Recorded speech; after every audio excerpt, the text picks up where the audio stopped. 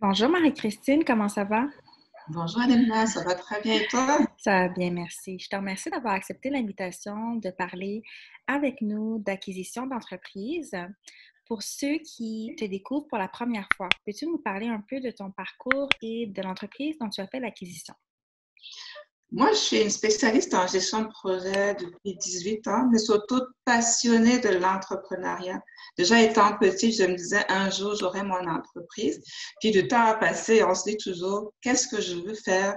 Quel business je vais lancer ou acheter? Puis moi, me connaissant très bien, je me suis dit, je veux pas partir une business de rien du tout. Je Mhm. veux vraiment acheter quelque chose pour l'amener encore plus loin.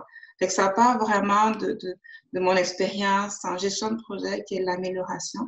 Puis là, moi, j'ai acheté une entreprise. Donc maintenant, je suis propriétaire de ma troisième. J'avais déjà une première en immobilier, Mhm. une deuxième qui roule en ce moment en service conseil gestion de projet et à la garderie, qui est une application pour les services de garde.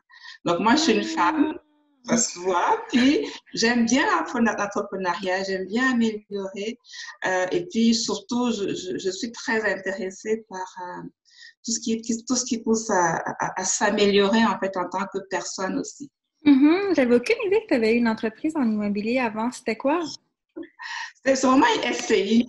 Ah! Active, c'est au Cameroun, là, mais... OK, Ouais. super.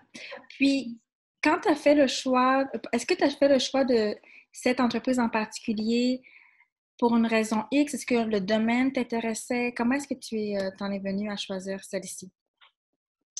Pour à la garderie, c'est vraiment, je cherchais à acheter une entreprise. J'avais pas d'idée très précise. Je me disais, je veux une entreprise, j'ai une idée du prix, puis je cherchais vraiment partout, là, chez les avocats, chez les comptables. Je me suis enregistrée aussi au CETEC.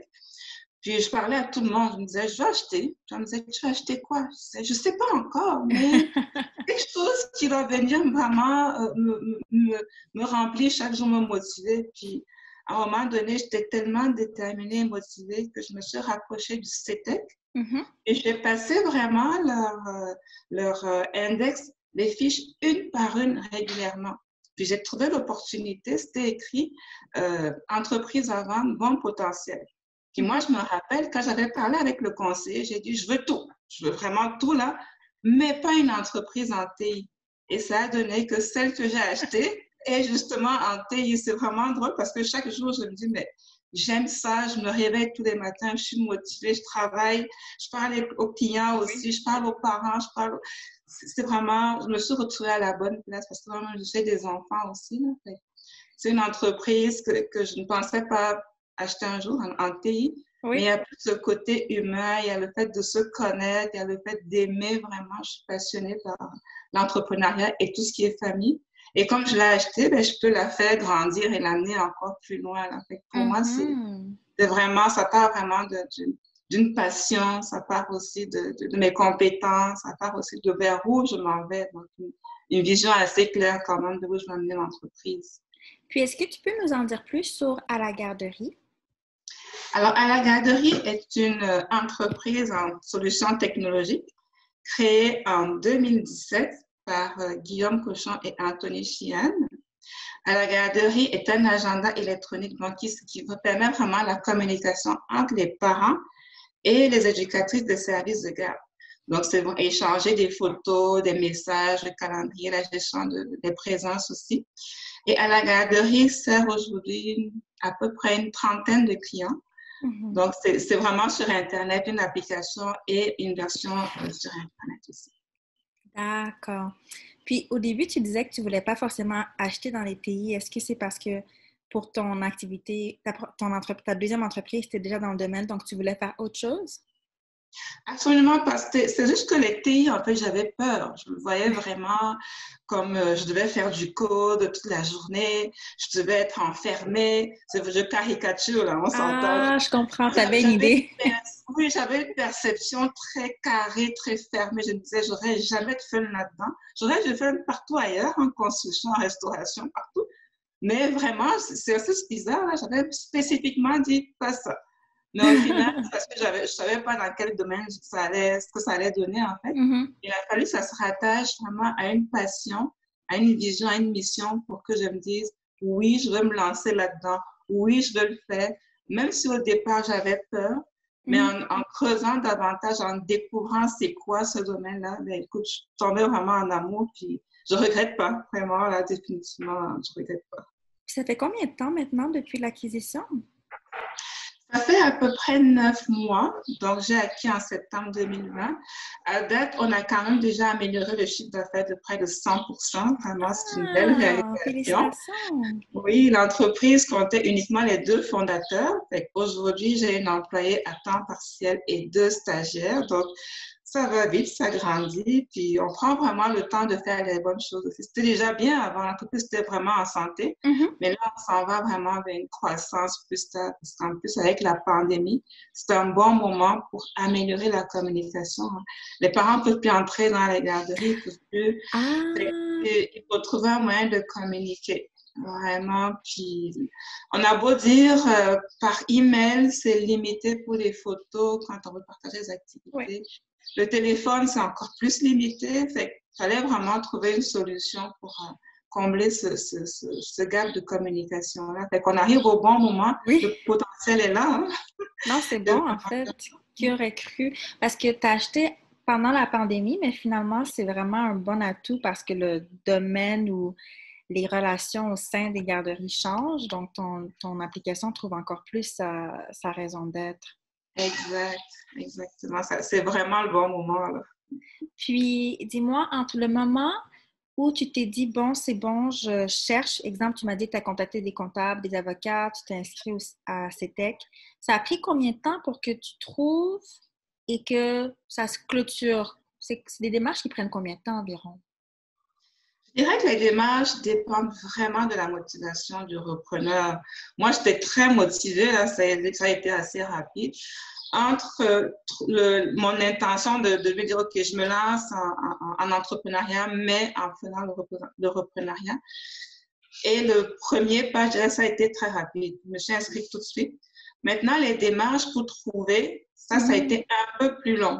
Et après que j'ai trouvé, on va dire, à peu près 6 mois, jusqu'à la conclusion de la transaction, la convention d'achat, on Oui. dirait 16 mois quand même, 1 an et demi. OK, Vraiment, donc c'est bon parce de s'y qu'on a eu prendre en le temps. avance. C'est ça, il faut s'y prendre en avance. Puis, mais je dirais que les opportunités, elles sont vraiment partout. Elles sont vraiment partout. Celle-là, c'était particulier parce c'était en pandémie, fait qu'on ne s'est jamais rencontré face à face avec les vendeurs. Il fallait le faire sur Zoom. On découvrait aussi tous ces outils-là. Puis, le temps de réactivité aussi. Il faut créer quand même une connexion avec les vendeurs. Fait que tout ça à travers un écran. Puis, sachant que la pandémie avait quand même un côté stressant pour tout le monde, Oui. la perte d'emploi, la réorganisation. Fait que c'est normal aussi qu'il y ait quand même eu un peu plus de temps dans le cas de ma transaction. Je dirais que ça aurait été peut-être plus rapide si on s'était venu en face à face, mais on ne sait jamais, là. Mm. Puis justement, parlant de face à face, il me semble que tu as fini par aller, ou tu devais aller à Québec, et donc tu as pu rencontrer le vendeur. Puis, comment tu as trouvé la rencontre avec le vendeur? Est-ce que instantanément, il y avait une bonne dynamique? C'est comment de rencontrer quelqu'un dans ce contexte? Oui, c'est vrai que j'ai eu l'occasion de rencontrer l'un des fondateurs pendant les négociations. C'est sûr que pour moi, c'était très important parce que je suis une personne qui aime bien le contact humain, puis je voulais créer ce lien-là. C'était un peu différent parce que c'est vraiment le contexte de la pandémie.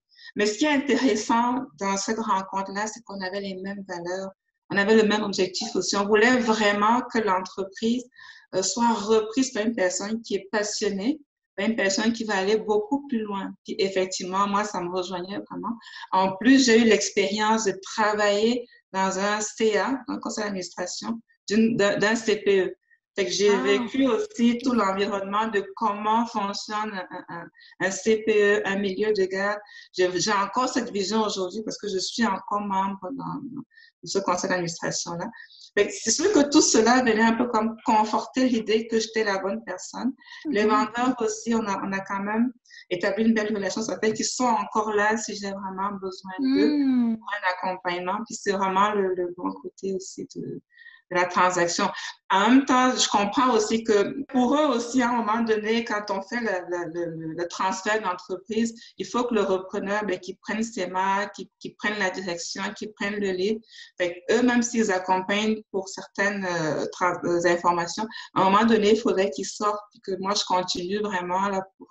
pas qu'ils ils veulent pas, c'est juste que ben, la transaction, elle est faite. C'est Il faut normal. vraiment parce qu'il faut passer à autre chose pour eux. Ouais. Puis moi, vraiment, continuer aussi à faire grandir. Fait que c'était vraiment une très, très belle relation, une belle entente. Maintenant, on est à la phase où le transfert est complètement terminé. Fait que c'est vraiment de la suite, l'entreprise elle vole de ses propres ailes sous ma direction. Puis, que dirais-tu qu'ont été les principaux défis? Est-ce que tu as trouvé est-ce que tu as eu certains obstacles? Exemple, une fois la transaction clôturée, tu te retrouves avec l'entreprise. Oui, tu as le support, mais ça reste que maintenant, c'est ton entreprise. Est-ce que tu as trouvé que tu as relevé quelques défis? Oui, il y a toujours des défis. Là. Puis ce serait intéressant aussi de dire que ben, le support que les fondateurs m'ont apporté, c'était plus au niveau justement technologique de l'outil. Parce que la connaissance de gestion d'entreprise, je l'avais déjà. Puis il y a aussi le côté historique. Qu'est-ce qui s'est passé il y a 1 an? Qu'est-ce qui s'est passé il y a 2 ans? C'est sûr qu'à un moment donné, ils me partageaient quand même régulièrement. Puis après ça, ce qui est important vraiment de relever comme défi, c'est de savoir où est-ce qu'on s'en va. C'est majeur, là. On n'a pas besoin de tout savoir, mais au moins savoir vers où on s'en va. Est-ce que cette entreprise-là, je l'achète pour 1 an? Est-ce que je l'achète pour toute la vie? Est-ce que je l'achète pour la revendre tout de suite? Ça détermine le capital qu'on mettra. Ça détermine aussi la passion qu'on y mettra. Ça détermine les personnes qu'on va impliquer. Fait que moi, je dirais première chose, premier défi pour tout entrepreneur, c'est de savoir où on s'en va. Moi, mon premier défi a été d'y aller vraiment pas à pas, parce que je voulais aller très vite, la courir. Puis ça marche pas forcément comme ça, parce qu'une entreprise, c'est une entité quand même qui est bien installée. Puis il y a des clients, il y a des utilisateurs. Je peux pas changer tout du jour au lendemain. Il faut vraiment prendre le temps, une belle transition qui est vraiment harmonieuse pour que les changements soient non seulement efficaces, effectifs, mais durables aussi, parce que j'aimerais bien aussi, moi, avoir à transférer l'entreprise et qu'elle survive. Donc, je ne peux pas changer sur un coup de tête, ça ne me plaît pas, je change, non. Il faut vraiment savoir comment on s'en va, puis s'organiser, prendre le temps aussi.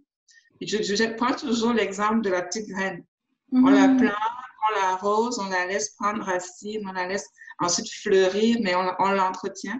Puis tous les résultats sont visibles toujours à un moment donné. Pour moi, c'était ça le premier défi. Puis pour tout entrepreneur, le deuxième défi, c'est de trouver les clients, c'est de trouver le financement. Ça c'est sûr que on a des rêves gros comme ça, comme le million, mais en réalité, il faut trouver le financement qui va avec. Je dirais que c'est les principaux défis dans cette transaction-là, mais il y a toujours des solutions. C'est ça, c'est sûr. Puis surtout, on planifie aussi. C'est important de planifier par étapes. De dire aujourd'hui, qu'est-ce que je peux faire qui portera du fruit. Puis demain, si j'ai tel apport, tel ajout, qu'est-ce que je peux poser comme action? Quelle personne je peux aller voir? C'est vraiment comme ça qu'il faut le faire et que je le fais aussi aujourd'hui, étape par étape. Ce que j'allais dire pour qu'on comprenne, c'est que ce que j'entendais, c'est que ça prend de la patience. Puis ensuite, ce que je vais te poser comme question, ce serait quoi selon toi les qualités et compétences à avoir en tant que repreneur? Donc, j'y vais avec patience. On y va. Oui, la patience, c'est sûr, la première chose. Les qualités, c'est de vraiment bien se connaître, savoir qu'est-ce qu'on est capable de faire, qu'est-ce qu'on est capable de ne pas faire. Et de connaître aussi son why. On en parle tout le temps, là. C'est quoi qui me fait me lever chaque matin? C'est quoi qui me motive? Parce que l'entrepreneuriat, il y aura des hauts et des bas. Fait que si vous avez fait quelque chose pour un gain rapide, ça peut être très décourageant. Fait qu'il faut pouvoir s'appuyer sur son why et se dire, aujourd'hui, je suis peut-être motivée, mais j'aime ça me lever puis travailler avec les enfants. J'aime ça cuisiner. J'aime ça parler avec des clients. Fait qu'il faut vraiment connaître son why. C'est ça qui va être le fil conducteur pour nous permettre de tenir quand ce sera des périodes plus difficiles. Fait que c'est vraiment pour moi les 3 points très importants dans le cadre du reprenariat. En quoi le reprenariat diffère de l'entrepreneuriat normal? Parce que le reprenariat, on achète une entreprise qui a une histoire, qui a des clients, qui a une vie.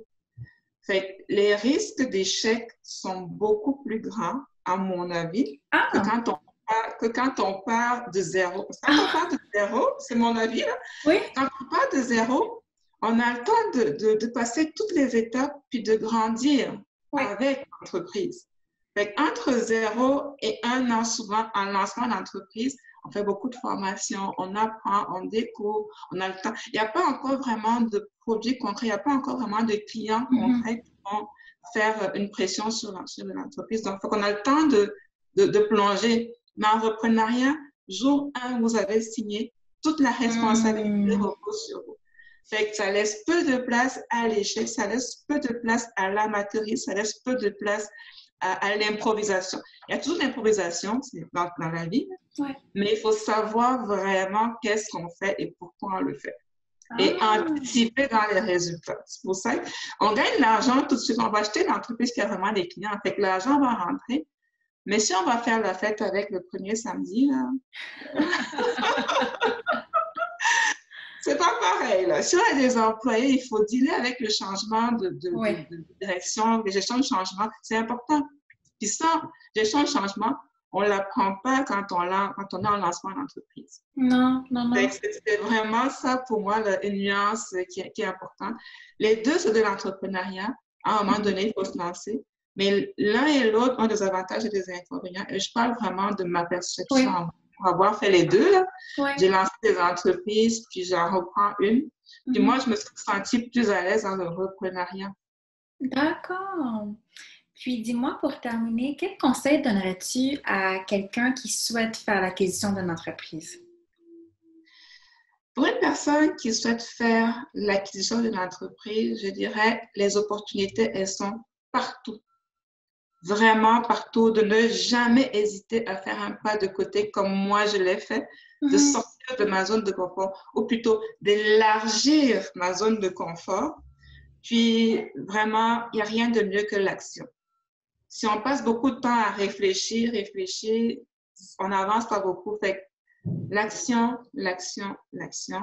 Et chaque action qu'on pose, on est sûr et certain qu'elle va porter du fruit aujourd'hui, demain ou dans 6 mois. Mais chaque action est importante. Si on en fait une par jour, en un an, on en a fait 365. Et ça, c'est énorme. C'est vrai. Je pense qu'il faut absolument éviter l'inaction, puis le momentum, c'est important. Une fois qu'on a pris un rythme ou une habitude, après, ça devient facile de continuer. Oui, exactement. Bien, merci pour nos échanges. C'était vraiment apprécié. Ça fait plaisir. Pour ceux qui nous écoutent, je vais mettre dans la description le lien vers à la garderie pour en savoir davantage et également la page LinkedIn de Marie-Christine si vous voulez prendre contact avec elle. Merci encore. Merci, Annette.